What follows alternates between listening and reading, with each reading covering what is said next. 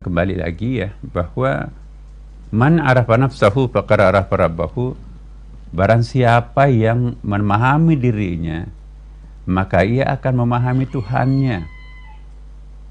Apa artinya nih? Kalau orang memahami bahasa Arab itu fi'il madhi, bukan fi'il mudhari. Tidak dikatakan may ya'rifu nafsahu faqad arafa rabbahu. Ya, jadi dua-duanya fi'il madhi. Atau redaksi yang digunakan Allah itu thulathi, ya kan? Dari kata arafah.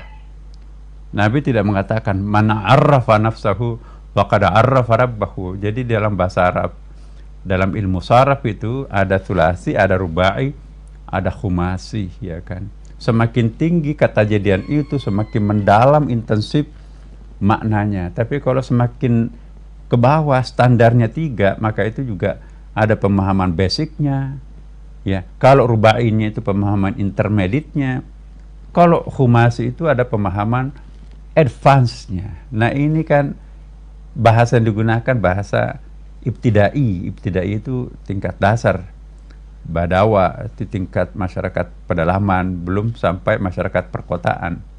Man arafa nafsahu faqad arafa rabbahu.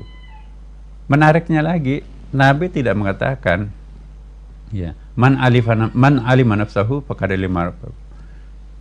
Mal farqu baina arafa wa alima. Nah, ini juga bahasa Arab, artinya sama-sama itu sebetulnya. Lebih dalam mana kalau saya mengatakan man alima nafsahu atau man arafa nafsahu? Kalau alima, mengetahui. Kalau arafa, memahami, menjiwai, ya. Apalagi itu ya, lebih dalam dari itu, menjiwai. Apa ya, kalau bahasa hermeneutik itu verstehen. Verstehen itu berkontemplasi, menjiwai lahir batin sangat dalam lah, ya. Jadi kalau ilmu itu, kalau alimah, usaha seseorang untuk memahami ilmu dengan menggunakan akal, itu disebut dengan alimah. Pengetahuan yang diperoleh melalui olah nalar, inilah yang disebut dengan ilmon. Ya, ini sedikit kita ke bahasa Arab nih. Saya ulangi sekali lagi Bapak Ibu. Kalau alimah, upaya yang dilakukan seseorang dengan menggunakan nalarnya, akalnya, untuk mencari, menemukan sebuah ilmu. Dan kalau sudah ditemukan ilmunya, maka itu disebut ilmon. Tapi kalau arafah, ya'rifu, upaya seseorang untuk memahami dan mengenali sesuatu dengan menggunakan olah batinnya. Temuan yang diperoleh melalui olah batin itulah nanti disebut dengan ma'rifah. Bagi kita orang Sunni, ya, kita lebih populer ma'rifah. Tapi orang Syiah menyebutnya irfan.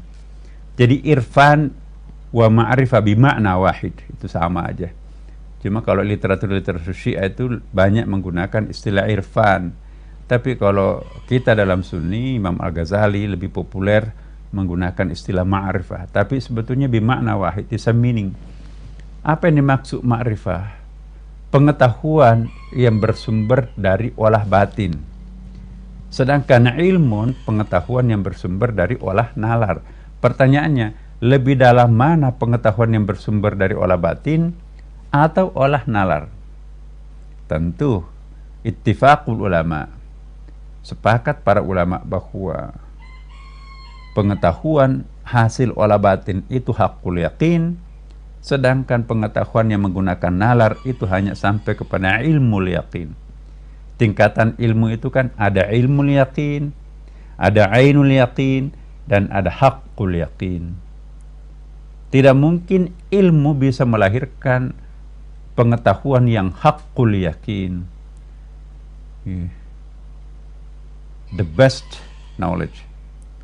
Nah, hanya sampai kepada ilmu yakin. Hari ini teori, tapi besok ada yang menggugat teori itu, gugur teorinya. Itu ilmu, tergantung. Hari ini benar, besok salah. Tapi kalau ma'rifah, seabadi-abadinya alam ini sampai akhirat itu tidak pernah salah. Jadi itulah bedanya antara ilmu dan ma'rifah.